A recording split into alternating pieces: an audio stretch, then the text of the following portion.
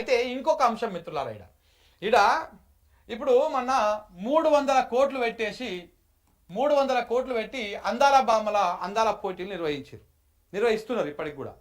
ఈ 300 కోట్ల రూపాయలల్లా 3 రూపాయలు కూడా ఆమ్దాని లేదు, 3 రూపాయల ఆమ్దాని కూడా లేదు. ఇప్పుడు దీన్ని కూడా కొంత డైవర్ట్ చేయాలి, ఇప్పుడు మీడియా, ఈ సిగ్గులేని మీడియా రాస్తుందనా ఈ అందాల పోటీల వల్ల ఏమవుతున్నది నాకు తెలిసి. ఇప్పుడు ఏమంటారు, ప్రమోట్ చేస్తున్నారు, జరూర్ ఆనా తెలంగాణ జరూర్ ఆనా అని చెప్పేసి తెలంగాణ పర్యాటక రంగాన్ని ప్రమోట్ చేస్తున్నారు అని చెప్పేసి వీళ్ళు గప్పాలు కొడుతున్నారు కాంగ్రెస్ బ్యాచ్ మొత్తం కూడా.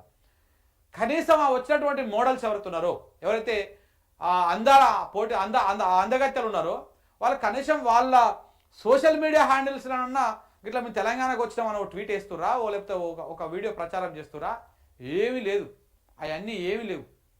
వీళ్ళే వచ్చినట్టు వాళ్ళని తీసుకొచ్చి వీళ్ళే తిప్పుతురు, అక్కడికి తిప్పుతురు, ఇక్కడికి తిప్పుతురు, వీడియోలు ఫోటోలు తీసుకొని వీళ్ళే సర్క్యులేట్ చేసుకుంటారు తప్ప ఏం ఉపయోగం లేదు. మళ్ళీ ఇది కూడా డబ్బులు పెట్టి ప్రమోట్ చేయడమే. వాళ్ళకు 300 కోట్లు తలగబెట్టిరు పుణ్యానికి, ఏం కక్కర రాదు. మళ్ళీ వచ్చినటువంటి దీన్ని ప్రమోట్ చేసుకోవడానికి మళ్ళీ దీనికి కూడా అదనంగా ఖర్చు పెడతా ఉన్నారు. సో కాబట్టి ఈ 300 కోట్లు గంగార్పణం అయిపోయినాయి.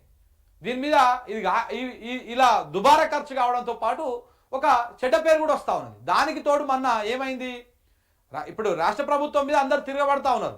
ఎందుకు తెచ్చిరు అందాల పోటీలు, ఏంది కథ? ఓవైపు రైతులు ఆగమవుతా ఉన్నారు, మరొక వైపు మళ్ళా సీజన్ వచ్చింది, మీరు రైతు భరోసా వేస్తారా అయ్యారా అని చెప్పేసి ఆ ఆందోళన, ఆ వ్యవహారం నడుస్తూనే ఉన్నది.